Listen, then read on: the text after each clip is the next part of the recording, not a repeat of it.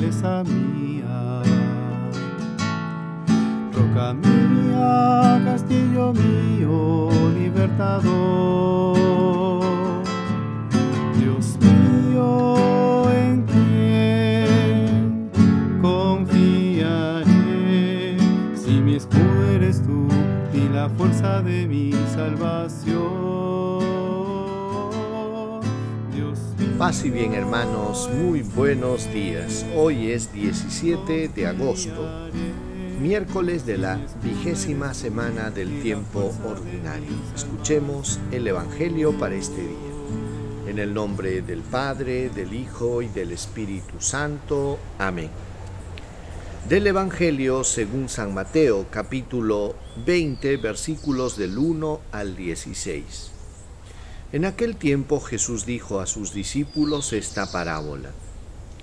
El reino de los cielos se parece a un propietario que al amanecer salió a contratar trabajadores para su viña. Después de contratar a los trabajadores por un denario al día, los mandó a su viña. Salió otra vez a media mañana y vio a otros que estaban en la plaza sin trabajo y les dijo: vayan también ustedes a mi viña y les pagaré lo debido.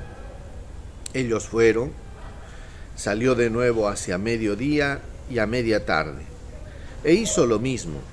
Salió al caer la tarde y encontró a otros sin trabajo, y les dijo: ¿por qué están aquí el día entero sin trabajar? Le respondieron: nadie nos ha contratado. Él les dijo: vayan también ustedes a mi viña. Cuando oscureció, el dueño de la viña dijo al capataz: llama a los trabajadores y págales el jornal, empezando por los últimos y acabando por los primeros.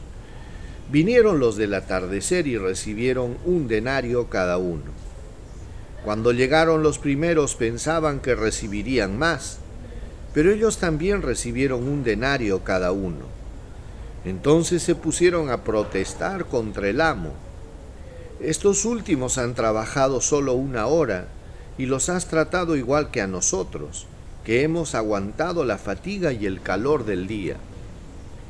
Él replicó a uno de ellos: amigo, no te hago ninguna injusticia, no quedamos en un denario, toma lo tuyo y vete. Quiero darle a este último igual que a ti. ¿Es que no tengo libertad para hacer lo que quiera en mis asuntos? ¿O vas a tener tu envidia porque soy bueno? Así los últimos serán los primeros y los primeros serán los últimos. Palabra del Señor. Gloria a ti, Señor Jesús. Hermanos, siempre que Jesús cuenta una parábola, trata de explicarnos en qué consiste el reino de Dios. Y es por eso que estas parábolas son muy iluminadoras, porque a través de comparaciones y ejemplos, Jesús, de una manera muy didáctica y pedagógica, nos enseña las realidades profundas del reino de Dios. Y hoy el tema fundamental es la gratuidad, la gracia. ¿En qué consiste esta parábola? Si analizamos un poco, dice que esta parábola comienza hablando de un propietario. Miren, aquí dice así: un propietario. Vamos a quedarnos en esta palabra. Se supone que un propietario es el dueño, ¿verdad? Y el dueño puede hacer lo que quiera con su viña. Si quiere, puede regalar su viña. Si quiere, puede repartirla. Si quiere, puede regalar el dinero o no hacerlo, o dejar morir su viña. En fin, él, siendo que es propietario, tiene toda la potestad para hacer de su viña lo que él quiera. Entonces sale a contratar trabajadores a diferentes horas y queda con los primeros, los que había contratado apenas comenzado el día, queda en un denario. Un denario era normalmente el jornal de un día, que era el salario justo. Un denario era una moneda de plata y se pagaba por un jornal. Resulta que este propietario, este dueño de la viña, sale a diferentes horas, a media mañana, al mediodía, a media tarde, al anochecer casi, en determinados momentos. Y resulta pues de que a todos los mandó a trabajar a su viña. Cuando cae ya la tarde, llama a sus criados para que paguen a los trabajadores, comenzando por los últimos y hasta terminar con los primeros. A los últimos les pagaron un denario. Ellos se fueron felices porque solo habían trabajado una hora. En cambio, los que habían trabajado todo el día comenzaron a protestar porque decían que no era justo este proceder. Y el Señor les dice: es que no habíamos quedado en un denario, pero nosotros hemos trabajado todo el día. Y el amo dice: ¿es que acaso no tengo derecho de hacer con mis cosas lo que yo quiero? ¿No le puedo dar a este último lo que le doy al primero? Y es que, hermanos, hay algo que tenemos que entender en el reino de Dios, siendo de que por más de que nosotros hagamos lo que hagamos y no sé, todo lo que podamos hacer, nunca va a ser suficiente como para ganarnos, digamos, este don sobrenatural de la vida eterna. Esto es gracia. Por más de que hagamos lo que hagamos, nosotros no podríamos hacer nada para pagar un pecado mortal, un pecado venial. Y es que en el reino de Dios todo es gracia y es gratuidad, porque Dios va más allá de lo que merecemos. Su misericordia, su amor, la vida eterna, el cielo, el paraíso, es algo que va mucho más allá de nuestras posibilidades y nuestras capacidades. A veces creemos nosotros que le hacemos un favor a Dios al portarnos bien, al rezar, al ir a misa. Hay gente que cree que le hace un favor a Dios viniendo a misa, cuando en realidad no es eso, es Dios que nos favorece, hermanos, es Dios que nos favorece.